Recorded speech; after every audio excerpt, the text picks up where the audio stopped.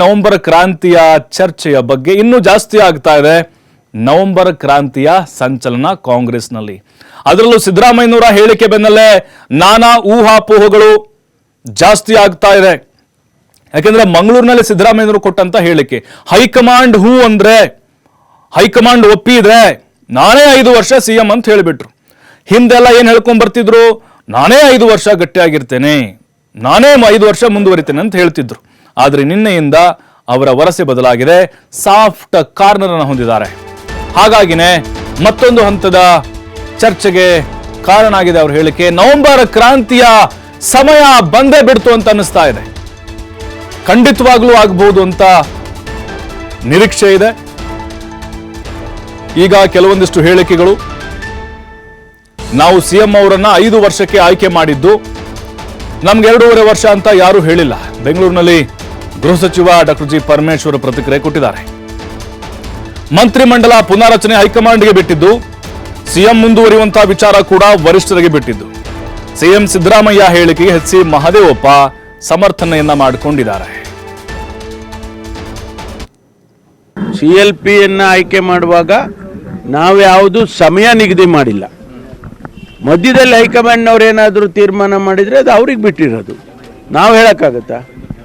ಅದಕ್ಕೆ ನಾವೆಲ್ಲ ಒಬ್ಬೊಬ್ರು ಒಂದೊಂದು ಹೇಳಿಕೆ ದಿನನಿತ್ಯ ಕೊಟ್ಕೊಂಡು ಕೂತ್ಕೊಂಡ್ರೆ ಅದು ಸರಿ ಇಲ್ಲ. ಹೈಕಮಾಂಡ್ನವ್ರು ಏನು ತೀರ್ಮಾನ ಮಾಡ್ತಾರೆ ಅದಕ್ಕೆ ಎಲ್ಲರೂ ಬದ್ಧವಾಗಿದ್ವಿ. ಸಿದ್ದರಾಮಯ್ಯನವರು ನಿನ್ನೆ ಇಂಟರ್ವ್ಯೂನಲ್ಲಿ ಅದನ್ನೇ ಹೇಳಿದ್ದಾರೆ.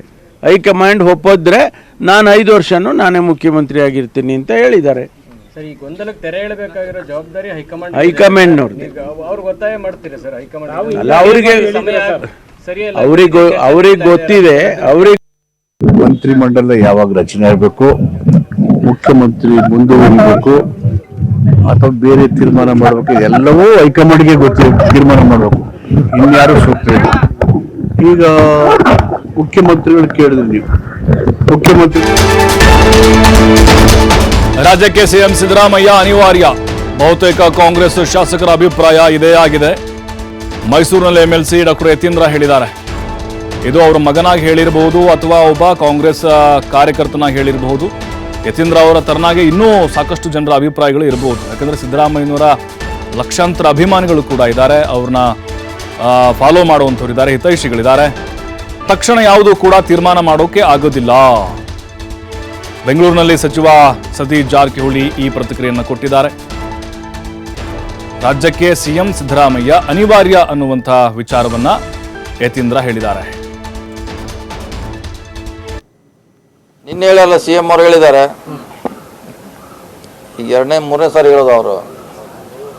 ಸೊ ಅದ್ರ ಹೇಳಿದ್ಮ್ಯಾಗ ಮತ್ತೆ ನಾವು ಅದಕ್ಕೆ ಎಂಡರ್ಸ್ ಮಾಡೋದು ಅವಶ್ಯಕತೆ ಇಲ್ಲ. ಅವರು ಹೇಳಿದ್ದಾರೆ 5 ವರ್ಷ ಇರ್ತೀವಿ ಅಂತ. ಇನ್ನು ಅದ್ರ ಬಗ್ಗೆ CM ಹೇಳಿದ್ಮ್ಯಾಗ ನಾವು ಹೇಳೋದು ಅವಶ್ಯಕತೆ ಇಲ್ಲ. ಇನ್ನು ಅವರೇ ಹೇಳ್ಬೇಕು, CM ಅವ್ರು ಹೇಳಿದ್ಮ್ಯಾಗ ಇನ್ನೇನು ನಾವು ಹೇಳೋಕ್ಕಾಗಲ್ಲ. ನಿನ್ನೆ ಹೇಳಿದ್ದಾರೆ, ನಿಮ್ಮ ಮುಂದೆ ಹೇಳಿದ್ದಾರೆ. ನಿನ್ನೆ CM ಅವರು ಸರ್ ಹೈಕಮಾಂಡ್ ಒಪ್ಪಿದ್ರೆ ಅನ್ನೋ ಒಂದು ವರ್ಡ್ ಸೇರಿಸಿದ್ದಾರೆ. ಇದು ಪವರ್ ಶೇರಿಂಗ್ ಇಲ್ಲ ಅಂತ ಮುಂಚೆ ಹೇಳ್ತಾ ಇದ್ರು. 5 ವರ್ಷ ಪಕ್ಷದಲ್ಲಂತೂ ಸಿಎಂ ಬದಲಾವಣೆ ಬಗ್ಗೆ ಚರ್ಚೆ ಮಾಡಿಲ್ಲ, ಅಥವಾ ನಮ್ಮ ತಂದೆಯವ್ರಿಗಾಗಲಿ ಅಥವಾ ಬೇರೆ ಲೀಡರ್ಗಳಿಗಾಗಲಿ ಸೂಚನೆ ಕೊಟ್ಟಿಲ್ಲ, ನನಗೆ ಗೊತ್ತಿರೋ ಮಾಹಿತಿ. ಸೊ ಹಾಗಾಗಿ ಸದ್ಯದಲ್ಲಿ CM ಬದಲಾವಣೆ ಆಗೋದು ಅನ್ನೋದು ನನ್ನ ನಂಬಿಕೆ. ಸೊ ಅದನ್ನೇ ನನಗೆ ಗೊತ್ತಿರೋ ವಿಚಾರ ಅಷ್ಟೇ ನಾನು ನಿಮಗೆ ಅಫ್ಕೋರ್ಸ್ ಅದು ಬಹಳಷ್ಟು ಕಾಂಗ್ರೆಸ್ ಪಕ್ಷದ ನಾಯಕರು ಮತ್ತು MLAಗಳ ಅಭಿಪ್ರಾಯ ಆಗಿದೆ. ಅದನ್ನೇ ನಾನು ಕೂಡ ಕಾಂಗ್ರೆಸ್ ಪಕ್ಷದಲ್ಲಿ ಬಹಳಷ್ಟು ಜನ ಅರ್ಹ ವ್ಯಕ್ತಿಗಳು. ಈ ಬಗ್ಗೆ ಮತ್ತಷ್ಟು ಮಾಹಿತಿ ಕೊಡ್ತಾರೆ ನಮ್ಮ ಪ್ರತಿನಿಧಿ ಶಿವಕುಮಾರ್. ಈಗ ನಿನ್ನೆ ಮಂಗಳೂರಿನಲ್ಲಿ ಸಿದ್ದರಾಮಯ್ಯನವರು ಹೇಳಿರುವಂತಹ ಒಂದೇ ಒಂದು ಸ್ಟೇಟ್ಮೆಂಟ್ ಏನಿದೆ, ಅದು ನವೆಂಬರ್ ಕ್ರಾಂತಿಯ ಒಂದು ಮುನ್ಸೂಚನೆ ಪಕ್ಕ ಅಂತ ಪುಷ್ಟಿ ಕೊಟ್ಟಂಗಿತ್ತು. ಹಾಗಾಗಿನೇ ಈಗ ಸಚಿವರುಗಳ ಅಭಿಪ್ರಾಯಗಳು ನೋಡ್ತಾ ಇದ್ದೀವಿ, MLC ಯತೀಂದ್ರ ಅವರ ಹೇಳಿಕೆ ನೋಡ್ತಾ ಇದ್ದೀವಿ. ಅಂದ್ರೆ ಮುಖ್ಯಮಂತ್ರಿಗಳು ಸೈಲೆಂಟ್ ಆಗ್ಬಿಟ್ರ ಅನ್ನುವಂಥದ್ದು. ಹಾಗೆ ಸಚಿವರುಗಳ ಹೇಳಿಕೆಗಳ ಮೇಲೂ ಕೂಡ ನಾವು ನೋಡ್ತಾ ಇದ್ರೆ ಅದಕ್ಕೆ ರೆಕ್ಕೆ ಪುಕ್ಕ ಬಂದಿದೆ ಅಂತ, ಹಾಗಾದ್ರೆ ಒಪ್ಪಂದ ಆಗಿರ್ಬೋದು ಅನ್ನೋದಕ್ಕೆ. ಪ್ರಭು, ನಿನ್ನೆ ಮಂಗಳೂರಿನಲ್ಲಿ ಮುಖ್ಯಮಂತ್ರಿಗಳು ಹೇಳಿಕೆಯನ್ನ ಕೊಡ್ತಾರೆ. ಹೇಳಿಕೆಯನ್ನ ಕೊಟ್ಟ ನಂತರ ಪಕ್ಷದಲ್ಲಿ ಸಾಕಷ್ಟು ಬೆಳವಣಿಗೆಗಳು ನಡೀತಾ ಇದೆ. ಯಾಕಂದ್ರೆ ಹಿಂದೆ ಹೇಳಿಕೆಯಲ್ಲಿ ಅವರು ಸಿದ್ದರಾಮಯ್ಯನವರು ಹೇಳಿದ್ದಂಥದ್ದು 5 ವರ್ಷ ನಾನೇ ಮುಖ್ಯಮಂತ್ರಿ ಆಗಿರ್ತೇನೆ ಅಂತ ಹೇಳಿ. ತದನಂತರದಲ್ಲಿ ಎಲ್ಲವೂ ಕೂಡ ಸೈಲೆಂಟ್ ಆಗಿತ್ತು. ಆಗಲೂ ಕೂಡ ಮುಖ್ಯಮಂತ್ರಿಗಳ ವಿಚಾರ ಚರ್ಚೆಗೆ ಬಂದಿತ್ತು. ನಂತರದಲ್ಲಿ ಸೈಲೆಂಟ್ ಆಗಿತ್ತು. ಯಾವಾಗ 5 ವರ್ಷ ನಾನೇ ಇರ್ತೀನಿ ಅಂತ ಹೇಳಿದ್ರು ಆ ಕಾರಣಕ್ಕೆ. ಆದ್ರೆ ನಿನ್ನೆ ಅವರು ಹೈಕಮಾಂಡ್ ಒಪ್ಪಿದ್ರೆ ನಾನು 5 ವರ್ಷ ಅಂತೇಳಿ ಯಾವಾಗ ಸ್ಟೇಟ್ಮೆಂಟ್ ಅನ್ನ ಕೊಟ್ಟು, ಸೊ ಇಲ್ಲಿ ಕೆಲವು ಅನುಮಾನಗಳು ಶುರುವಾಗಿದೆ, ಗೊಂದಲಗಳು ಶುರುವಾಗ್ತಾ ಇದೆ. ಯಾಕೆ ಈ ರೀತಿಯಾಗಿ ಸಿದ್ದರಾಮಯ್ಯ ಅವರು ಹೇಳಿದ್ರು? ಹೈಕಮಾಂಡ್ ಒಪ್ಪಿದ್ರೆ ನಾನು 5 ವರ್ಷ ಮುಂದುವರ್ತೇನೆ ಅಂತೇಳಿ ಯಾಕೆ ಹೇಳಿದ್ರು? ಏನಾದ್ರೂ ಇವರ ನಡುವೆ ಹಿಂದೆ ಅಧಿಕಾರದ ಸಂದರ್ಭದಲ್ಲಿ ಒಪ್ಪಂದ ಏನಾದ್ರೂ ಆಗಿತ್ತು ಅಂತೇಳಿ ಏನ್ ಚರ್ಚೆಗಳಾಗಿತ್ತು, ಅದೊಂದು ನಿಜ ಇದೆಯಾ? ಡಿ ಕೆ ಶಿವಕುಮಾರ್ ಅವ್ರಿಗೆ 2.5 ವರ್ಷಗಳ ನಂತರ ಬಿಟ್ಕೊಡ್ಬೇಕು ಅನ್ನುವಂಥದ್ದು ಏನಾದ್ರೂ ಸಿದ್ದರಾಮಯ್ಯನವ್ರಿಗೆ ಆಗಲೇ ಸೂಚನೆಯನ್ನ ಕೊಟ್ಟಿದ್ರಾ? ಆಗಲೇ ಸೂಚನೆಯನ್ನ ಕೊಟ್ಟಿದ್ರ? ಈ ರೀತಿಯಾದಂತಹ ಅನುಮಾನಗಳು ಈಗ ಶುರುವಾಗಿದೆ. ಯಾಕೆಂದ್ರೆ ಅವರು ಹೇಳದೇ ಇದ್ದಿದ್ರೆ ಏನು ಪ್ರಾಬ್ಲಮ್ ಬರ್ತಾ ಇರಲಿಲ್ಲ, ಹಾಗೆ ಹೋಗ್ತಾ ಇತ್ತು. ಇದು ಆಡಳಿತ ಮತ್ತೆ ಪಕ್ಷದ ಮೇಲೂ ಕೂಡ ಪರಿಣಾಮವನ್ನ ಬೀರೋದಕ್ಕೆ ಈಗ ಶುರುವಾಗಿದೆ. ಈಗ ಒಂದು ಕಡೆ ಡಿ ಕೆ ಶಿವಕುಮಾರ್ ಅವರು ಕೂಡ ಮುಖ್ಯಮಂತ್ರಿಗಳೇ ಆ ರೀತಿಯಾಗಿ ಹೇಳಿದ ಮೇಲೆ ನಾನು ಹೇಳೋದು ಇನ್ನೇನಿದೆ ಅಂತೇಳಿ ಅವರು ಕೂಡ ಅದನ್ನ ಒಪ್ಕೊಂಡಿದ್ದಾರೆ. ಅಂದ್ರೆ ನನ್ನ ಅವಕಾಶ ಈಗ ಹತ್ರ ಬರ್ತಾ ಇದೆ ಅಂತೇಳಿ ಅವರೊಂದು ನಿರೀಕ್ಷೆಯನ್ನು ಇಟ್ಕೊಂಡಿದ್ದಾರೆ. ನನಗೆ ಅವಕಾಶ ಸಿಗುತ್ತೆ, ಹೈಕಮಾಂಡ್ ನನಗೆ ಮುಖ್ಯಮಂತ್ರಿಯನ್ನ ಮಾಡುತ್ತೆ ಅಂತೇಳಿ ಅವರು ಕನಸನ್ನ ಕಾಣ್ತಾ ಇದ್ದಾರೆ. ಆ ಕನಸು ನನ್ಸಾಗಬೇಕಾಗತ್ತೆ. ಆದರೆ ಮತ್ತೊಂದು ಕಡೆ ಸಿದ್ದರಾಮಯ್ಯನವರ ಆಪ್ತ ಬಳಗದಲ್ಲಿ ಗುರುತಿಸ್ಕೊಂಡಂತಹ ಸಚಿವರು ಸಿದ್ದರಾಮಯ್ಯನವರ ಪರವಾಗಿ ಬ್ಯಾಟನ್ನು ಮಾಡ್ತಾ ಇದ್ದಾರೆ. ಪರಮೇಶ್ವರ್ ಅವರು 2.5 ವರ್ಷಗಳ ಕಾಲ ಅಂತೇಳಿ ಹಿಂದೆ ಏನು ಚರ್ಚೆ ಆಗಿರಲಿಲ್ಲ. ಯಾಕೆಂದರೆ ಮುಖ್ಯಮಂತ್ರಿಗಳನ್ನು ಆಯ್ಕೆ ಮಾಡುವಂತಹ ಅಧಿಕಾರ ಶಾಸಕಾಂಗ ಪಕ್ಷಕ್ಕೆ ಇರುತ್ತೆ. ನಾವು ಶಾಸಕಾಂಗ ಪಕ್ಷದ ಸಭೆಯನ್ನು ನಡೆಸಿದಾಗ ಸಿದ್ದರಾಮಯ್ಯನವರು ನಮ್ಮ ನಾಯಕರು ಅಂತೇಳಿ ಅವತ್ತು ಒಪ್ಕೊಂಡಿದ್ದೇವೆ. ಹಾಗಾಗಿ 5 ವರ್ಷ ಸಿದ್ದರಾಮಯ್ಯನವರೇ ಇರ್ತಾರೆ ಅನ್ನುವಂಥ ಹೇಳಿಕೆಯನ್ನು ಪರಮೇಶ್ವರ್ ಅವರು ಕೊಡ್ತಾರೆ. ಮತ್ತೊಂದು ಕಡೆ ಸಿದ್ದರಾಮಯ್ಯ ಆ ರೀತಿಯಾಗಿ ಎಲ್ಲಿ ಹೇಳಿದ್ದಾರೆ? ಅವ್ರು ಹೇಳಿರೋದಕ್ಕೆ ಯಾಕೆ ನೀವು ಈ ರೀತಿಯಾದಂಥ ವ್ಯತ್ಯಾಸಗಳನ್ನು ಹುಡುಕ್ತಾ ಇದ್ದೀರಿ ಅಂತೇಳಿ ಮಹದೇವಪ್ಪ ಅವರು ಪ್ರಶ್ನೆಯನ್ನು ಮಾಡ್ತಾರೆ. ಸೊ ಅಲ್ಲೂ ಕೂಡ ಅವರು ಸಿದ್ದರಾಮಯ್ಯನವರ ಪರವಾಗಿ ಬ್ಯಾಟಿಂಗನ್ನು ಮಾಡ್ತಾರೆ.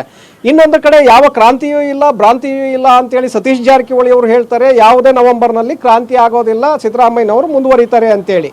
ಸೊ ಇದನ್ನ ಗಮನಿಸಿದಾಗ ಬೆಳವಣಿಗೆಗಳು ಈಗಾಗಲೇ ಶುರುವಾಗಿದೆ. ಒಂದು ಕಡೆ ಡಿ ಕೆ ಶಿ ಆಪ್ತ ಬಳಗದಲ್ಲಿ ಗುರುತಿಸ್ಕೊಂಡಂಥವ್ರು ಈಗಾಗಲೇ ಹೇಳಿಕೆಗಳ ಮೇಲೆ ಹೇಳಿಕೆಗಳನ್ನು ಕೂಡ ಕೊಡ್ತಾ ಇದ್ದಾರೆ. ಡಿ ಕೆ ಶಿವಕುಮಾರ್ ಇವತ್ತಲ್ಲ ನಾಳೆ CM ಆಗ್ತಾರೆ ಅಂತೇಳಿ. ಮತ್ತೊಂದು ಕಡೆ ಮೊನ್ನೆಯಷ್ಟೇ ಯತೀಂದ್ರ ಸಿದ್ದರಾಮಯ್ಯ ಅವರು ಕೂಡ ಸತೀಶ್ ಜಾರಕಿಹೊಳಿ ಅವರ ಹೆಸರನ್ನ ಮುನ್ನೆಲೆಗೆ ತಂದಿದ್ರು. ಮುಂದಿನ ಸೈದ್ಧಾಂತಿಕವಾಗಿ ನಮ್ಮ ತಂದೆಯವರ ನಂತರದಲ್ಲಿ ಯಾರಾದರೂ ಹೈಂದ ಸಮುದಾಯವನ್ನ ಮುನ್ನಡೆಸುವಂತವ್ರಿದ್ರೆ ಅದು ಸತೀಶ್ ಜಾರಕಿಹೊಳಿ ಮಾತ್ರ ಅಂತ ಹೇಳಿ ಅವರು ಕೂಡ ಒಂದು ಕ್ಲಾರಿಟಿಯನ್ನು ಕೊಟ್ಟರು. ಅಂದ್ರೆ ಸತೀಶ್ ಜಾರಕಿಹೊಳಿ ಅವರನ್ನ ಮುಖ್ಯಮಂತ್ರಿಯಾಗಿ ಮುಂದೆ ಬರಬಹುದು ಅಂತೇಳಿ. ಸೊ ಹೀಗಾಗಿ ಇಲ್ಲಿ ಬೆಳವಣಿಗೆಗಳು ಈಗ ಶುರುವಾಗಿದೆ. ನವೆಂಬರ್ 15ರ ನಂತರ ಇದಕ್ಕೆ ಒಂದು ಕ್ಲಾರಿಟಿ ಸಿಗತ್ತೆ ಪ್ರಭು, ಏನಾಗತ್ತೆ ಏನಿಲ್ಲ. ಒಟ್ಟಿನಲ್ಲಿ ಬೆಳವಣಿಗೆಗಳಂತೂ ಈಗ ಶುರುವಾಗಿದೆ. ನವೆಂಬರ್ ಕ್ರಾಂತಿಗೆ ಮುನ್ನುಡಿ ಅಂತೂ ಓಕೆ ಥ್ಯಾಂಕ್ ಯು ಶಿವಕುಮಾರ್ ಮಾಹಿತಿಗಾಗಿ.